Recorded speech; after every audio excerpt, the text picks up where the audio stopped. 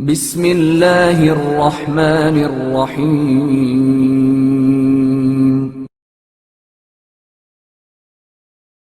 مچھلی کھانے کی آرزو بادشاہ کو قبر میں لے گئی۔ مامون الرشید عباسی بادشاہ نے ملک روم کو فتح کرنے کے لیے لشکر کشی کی اور بہت سا علاقہ فتح کر لیا۔ وہاں سے واپسی پر اس کا گزر ایک چشمے سے ہوا جسے بدیدون اور قشیرہ کہا جاتا ہے۔ اس مقام کی آب و ہوا اتنی اچھی تھی کہ مامون نے حکم دیا کہ اس مقام پر 1 ماہ قیام کیا جائے تاکہ وہ اس صحت افزا مقام سے دل کھول کر محظوظ ہو۔ چشمے کے قریب مامون کا خیمہ لگا دیا گیا۔ وہ چشمے کے قریب کرسی پر بیٹھ کر دل فریب مناظر سے لطف اندوز ہوا کرتا تھا۔ ایک دن اس نے چشمے میں 1 درہم پھینکا تو پانی اتنا صاف اور شفاف تھا کہ اوپر سے اس کی تحریر پڑھی جا سکتی تھی، اور چشمے کا پانی اتنا ٹھنڈا تھا کہ انسان اس میں ہاتھ نہیں ڈال سکتا تھا۔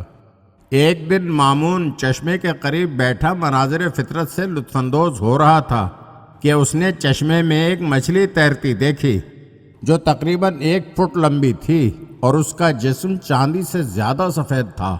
مامون نے اعلان کیا، جو شخص یہ مچھلی پکڑ کر لائے گا میں اسے 1 تلوار انعام میں دوں گا۔ یہ سن کر ایک فوجی نے چشمے میں چھلانگ لگا دی اور مچھلی کو پکڑ کر مامون کی خدمت میں لے آیا۔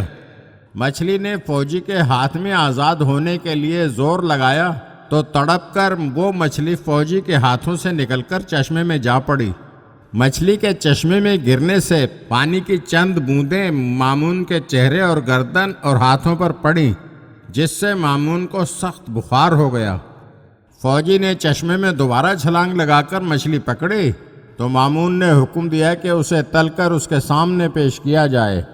مامون کو تپے لرزہ نے اپنی لپیٹ میں لے لیا۔ اسے جتنے بھی لحاف اڑھائے گئے مگر اس کی کپکپی میں کوئی فرق نہ آیا۔ بالآخر اس کی چارپائی کے ارد گرد آگ جلائی گئی مگر اس کا جسم پھر بھی گرم نہ ہو سکا۔ مچھلی کو تل کر اس کے سامنے پیش کیا گیا تو مامون اس قدر کپکپا رہا تھا کہ مچھلی کا 1 ٹکڑا بھی نہ کھا سکا۔ مامون کا بھائی معتصم باللہ شاہی طبیب ابن ماسوہ اور بخت یشوع کو لے کر مامون کے پاس آیا اور ان سے مامون کے علاج کی درخواست کی۔ جب حکیموں نے مامون کی نبض دیکھی تو کہا کہ ہم اس کے علاج سے قاصر ہیں۔ نبض کی حرکات سے معلوم ہوتا ہے کہ یہ بس چند گھنٹوں ہی کا مہمان ہے۔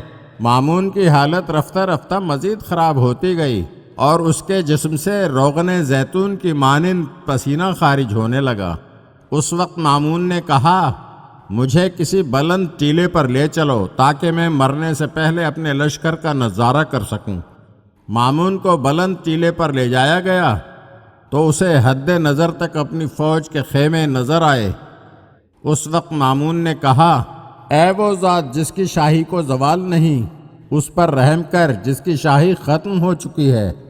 اسی وقت معتصم نے ایک شخص کو بھیجا کہ مامون کے قریب بیٹھ کر اسے کلمہ طیبہ کی تلقین کرے۔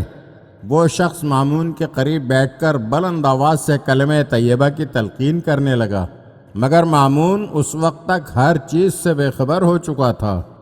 ابن ماسوہ طبیب نے تلقین کرنے والے سے کہا کہ اب اسے تیری تلقین کی کوئی ضرورت نہیں ہے۔ اس وقت یہ ایک ایسی حالت میں ہے کہ اسے کسی بات سے کوئی فرق نہیں پڑتا۔ مامون نے اس وقت آنکھیں کھولیں تو اس کی آنکھیں پھیل کر اتنی بڑی اور سرخ ہو چکی تھیں کہ دیکھنے والا ان کی تاب نہ لا سکتا تھا۔ اسی حالت میں وہ دنیا سے رخصت ہو گیا اور مچھلی نہ کھا سکا اور اسے ترسوس نامی مقام پر ہی دفن کر دیا گیا۔ اگر آپ ہمارے چینل کی نئی ویڈیوز دیکھنا چاہتے ہیں تو ہمارے چینل کو سبسکرائب کریں اور گھنٹی کے بٹن کو دبائیے تاکہ ہر آنے والی ویڈیو آپ کو جلد موصول ہو سکے۔ اور ہاں، لائک اور شیئر ضرور کیجیے اور اپنے قیمتی کمنٹ سے ہمیں آگاہ کیجیے۔ شکریہ۔